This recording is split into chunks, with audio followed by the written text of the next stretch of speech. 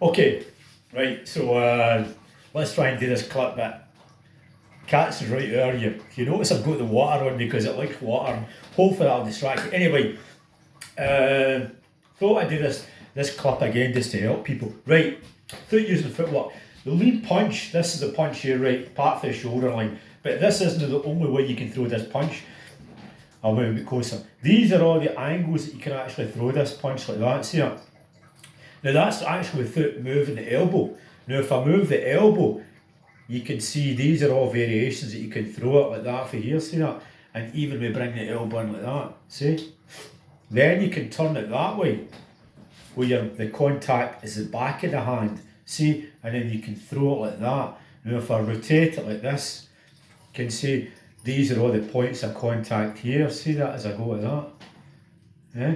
Now if I open the fist that way, you can see how we can have all these points of contact here as we attack like that, see? And then as we turn it, see how we can actually come in like this for here? Then if we bring it back, see, and we turn it like that, we can use the tip of the fingers to go that way, see that? And again, the tip of the fingers to hit here, and even hit this way, see that? Then we can have any one of these configurations on this shot. And that's when we're doing it, we'd be lining the fist up like that, see that? With both shoulders. It doesn't matter what we're doing, so we're turning the hip into it. See so many people punching and the hip's not engaged, they're using the waist, limited power. You want it power, the hip and the leg, like drawing a bow, you fire a bow, see that? So you've got all these configurations, how you can throw the lead, see that? Look.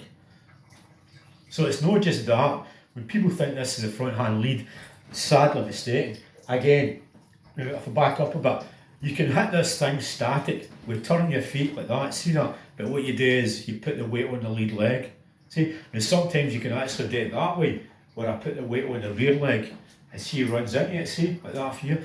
And again, look at all these steps that you could take all the way to here. So what I mean by that is the steps. It says, look how I can step like that.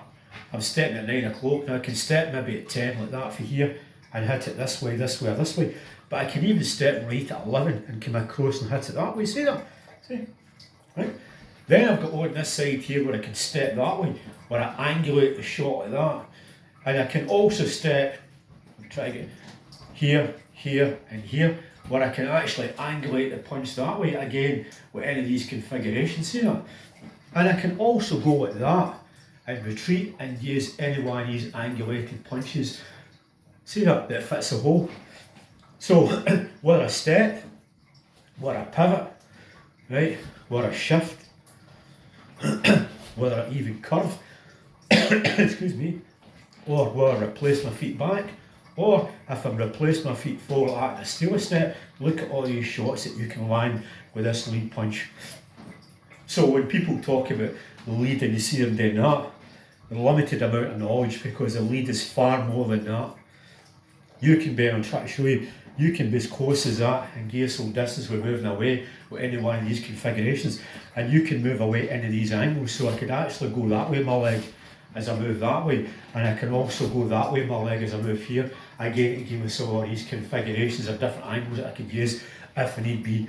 So I hope that clears up some of your questions on the lead punch, or I should say the lead thrust, where this thing is going to, again, so can be done with fingertips, can be done with the back of the hand, it can be done as a conventional type punch. Once you experiment, you'll find out tons of different ways you can do this to create an angle, to get around a bit of an obstruction, or if there's a hole there, how you can exploit that hole with just moving about it and stick it and come back. So if you look at it, if you look at it, it just resembles sword fencing, when the fencer goes like that, or goes here, see, or moves that way, or steps to the side here, or comes up, or comes under. That's really the whole idea behind it. And if you watch Bruce Long in Long Beach when he's sparring, you see him actually with the hand low here like this, where he's moving this way. See that? So usually the hand would be with the threat, with this threat would be, it's never stuck like that. This is absolute rubbish. This is terrible. So if you see this, this is as bad as it gets. This is the JKD. The hand should be floating here like this is the sword, and this is the shield, ready to deflect anything that's incoming as you stick the sword in and pull it back again. there's a multitude of different ways that you can actually move your feet. Actually, we're stepping this way, see, we're curving this way, we're shifting this way, we're pushing, we're lunging, we're shifting with any one of these configurations, just like a sword. All that clears it up. I'm surprised Cats didn't come into this shot, but it's too busy caught up with the water because Bengals love water. Catch you later.